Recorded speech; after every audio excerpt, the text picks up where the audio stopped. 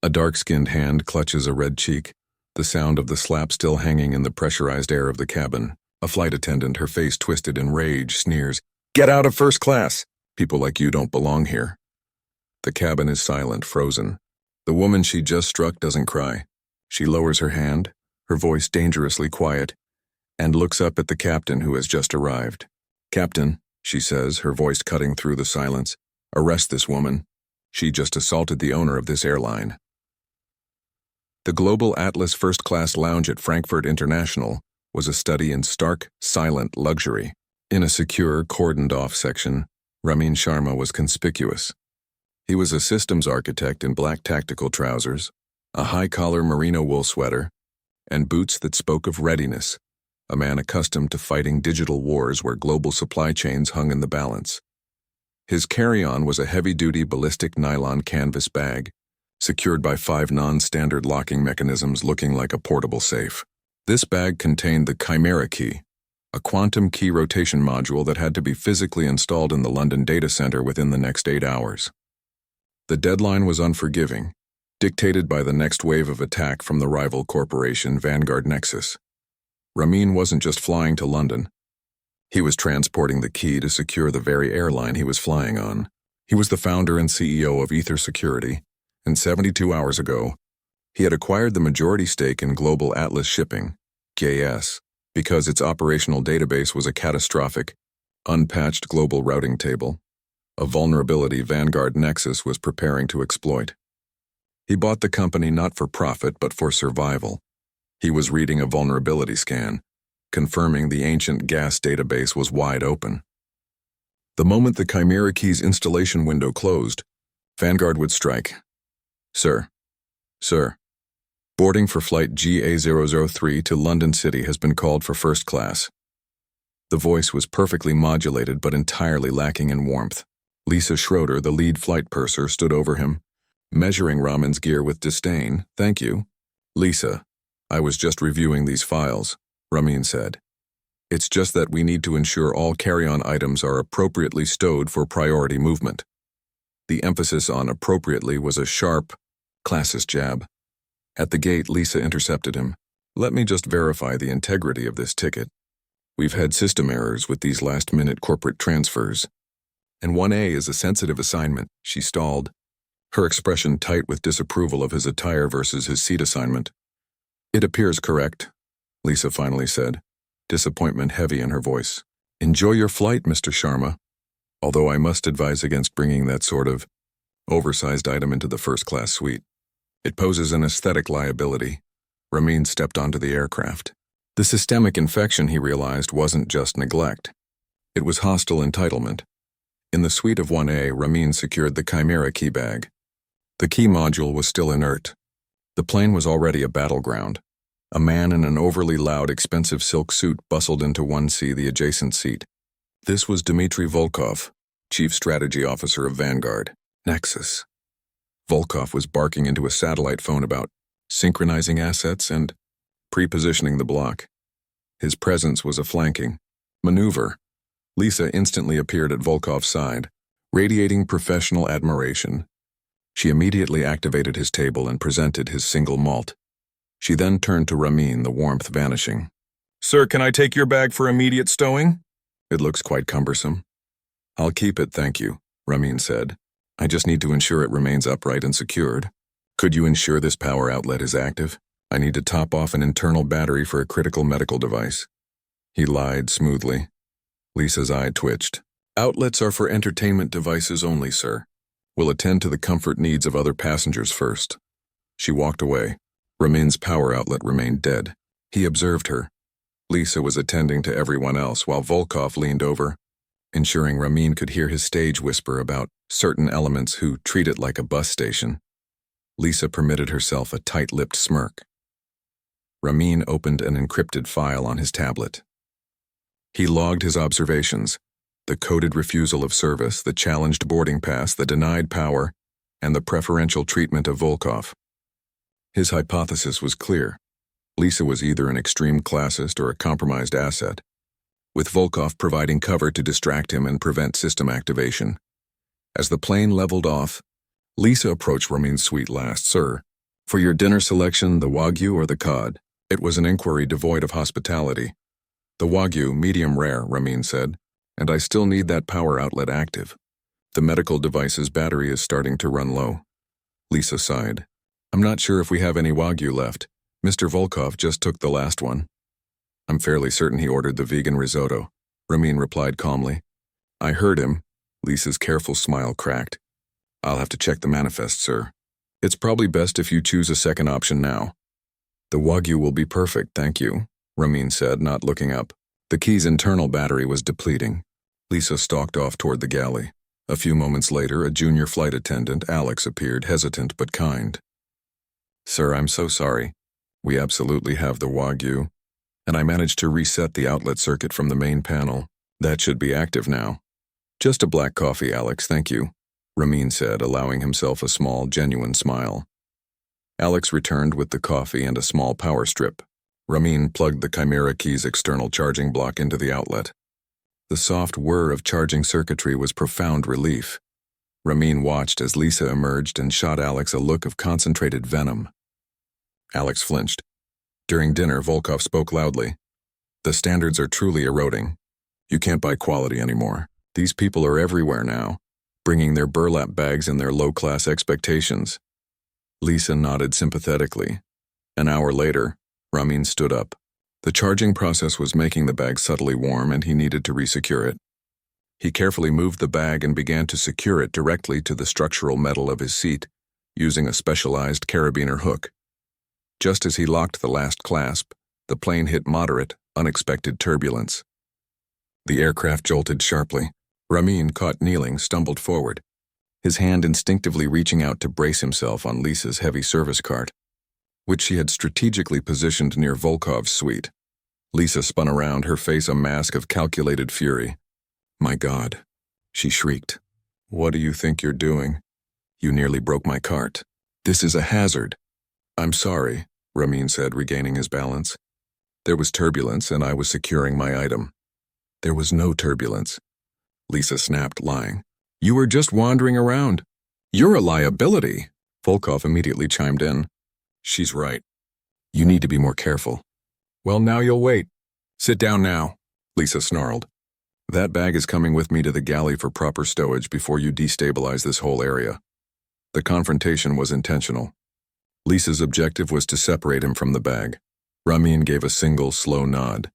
He slowly knelt and, with meticulous slowness, carefully unlocked one of the fasteners on the Chimera Key's container, the outermost security shell. The soft, precise metallic snick carried a powerful weight of professional finality. He was ready to fight for the package. He quickly logged the incident. Lisa publicly shouted at him, denied the turbulence, and accused him of being a hazard. Volkov corroborated her false narrative. Final objective: forced separation from the Chimera Key.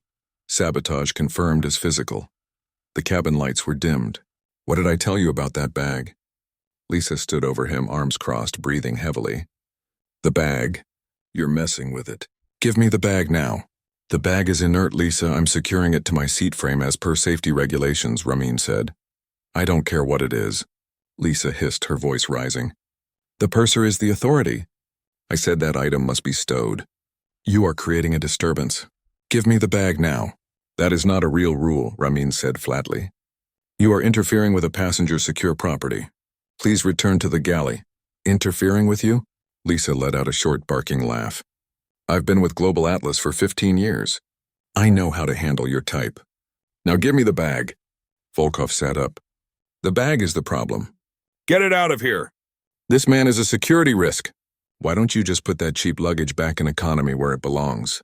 Lisa, Ramin said, his voice dropping to a deadly calm. This conversation is over. Now walk away, or what? Lisa challenged. No, Ramin said, give it to me. It's dangerous. Lisa shrieked. She lunged, her entire body weight slamming into Ramin, who was still kneeling. The heavy canvas bag crashed onto the pristine carpet. The sickening thud echoed.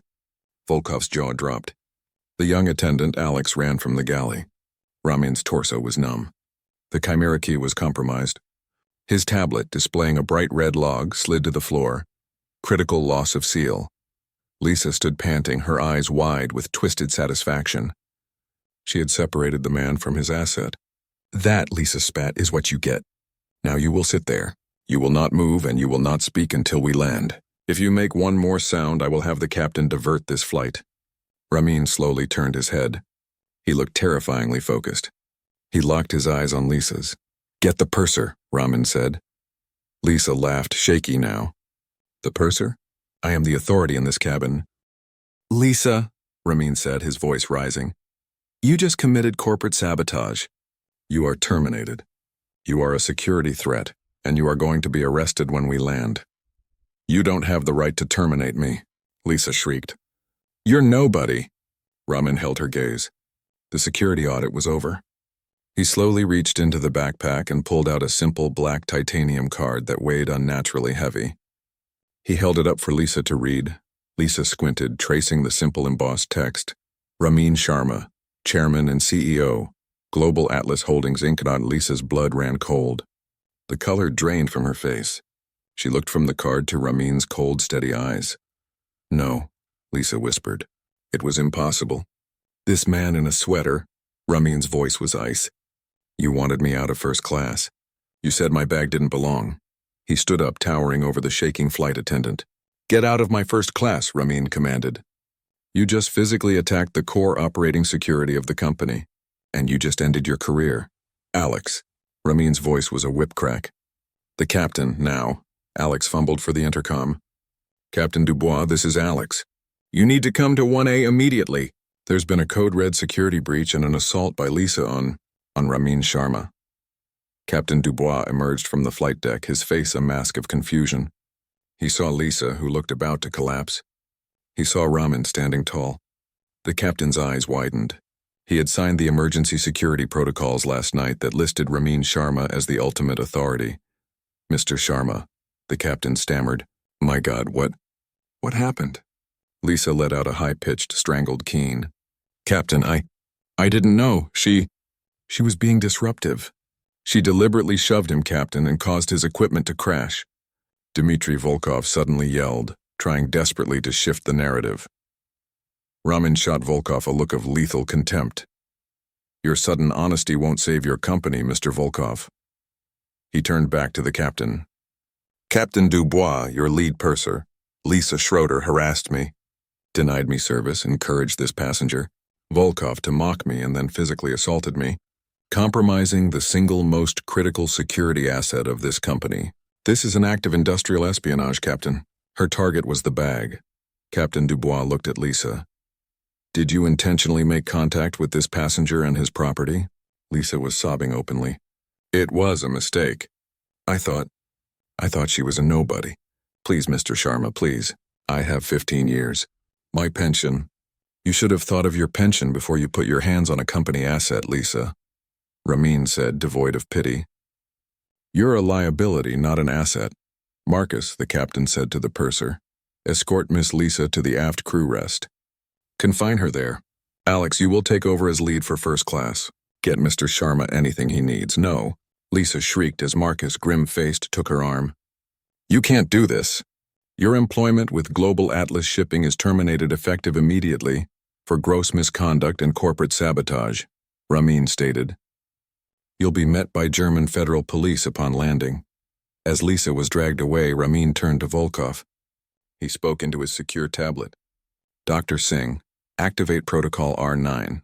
Target, Vanguard Nexus Holdings, CSO Dmitri Volkov, Seat 1C. Inform Ivan Rakov of his competitor's amateur field operation." "The exchange is now active." Volkov's face went ashen. "Please, my company. My career." "Your career became irrelevant the moment you sided with a saboteur," Ramin said. "You are not a guest, Mr. Volkov. You are a hostile operative." Ramin told Marcus to cancel Volkov's return flight. "Your corporate account with Global Atlas is suspended. You are banned from Global Atlas Shipping for life.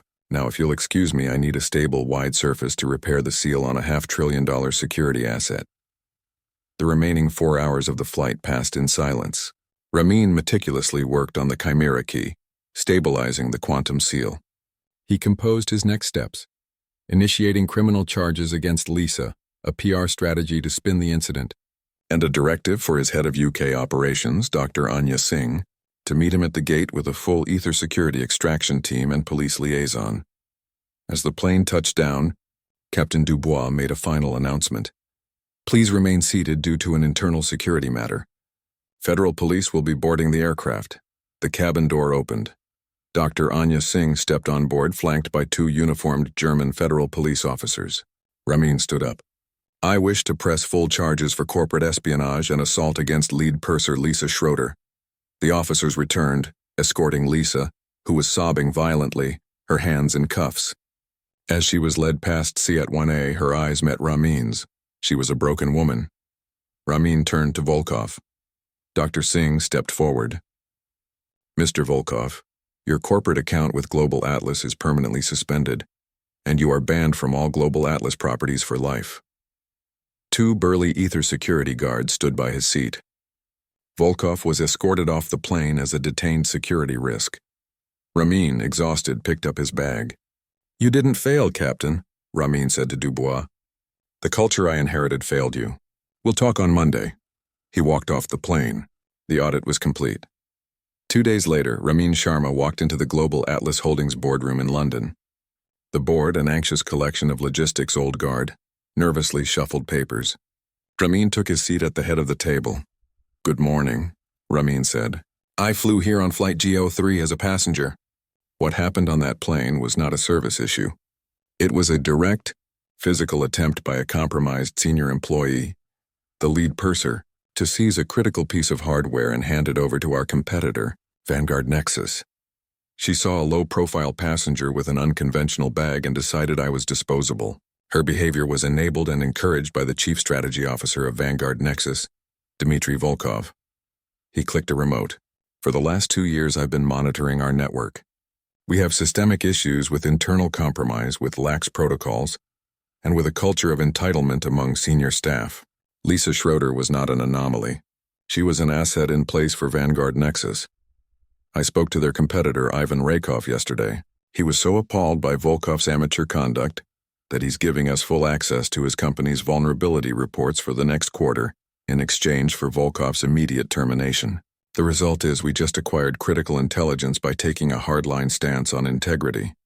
He looked at the stunned faces. Lisa Schroeder is the product of a culture we allowed to grow. A culture where a competitor's CSO felt comfortable initiating a physical disruption in our most secure cabin. He clicked to the final slide. It showed a single word: integrity. The fix begins today, Ramin declared.